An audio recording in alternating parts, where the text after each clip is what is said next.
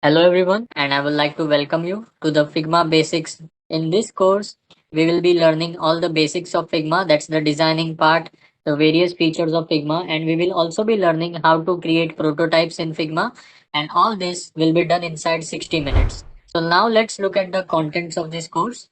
Now these are the contents of this course, and I have designed this course in such a way that it's very much beginner friendly, which means if you have no idea what Figma is, or if you are new to Figma, you want to learn how it works, or you're new to designing and prototyping as a whole, no worries, we will be learning from scratch. I'll cover all the aspects of designing and prototyping using the Figma application. Okay. So first we will be covering the installation part of Figma, how to install the desktop application. Then we will move on with some basic controls like creating the frame using the zoom in zoom out command, using the hand tool, which are the basic necessities to use the Figma application.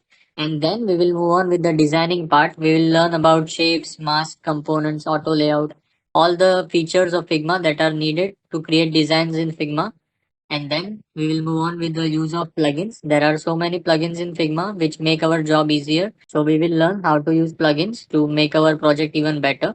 And then we will move on with the Figma community part. Here various creators upload their own projects and we can duplicate these projects and modify them to create our own project. We can copy the various elements from the creators and we can use our own creativity and take inspiration from them.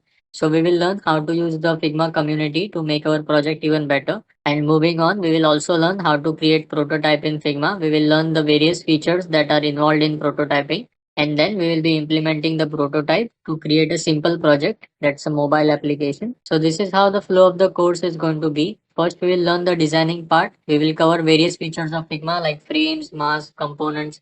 So we will cover them one by one. After that, we will learn how to use the plugins and Figma community features to make our project even better and our job much easier. And after learning how the prototyping works, we will create a project that implements the prototype. So without any further delay, let's begin.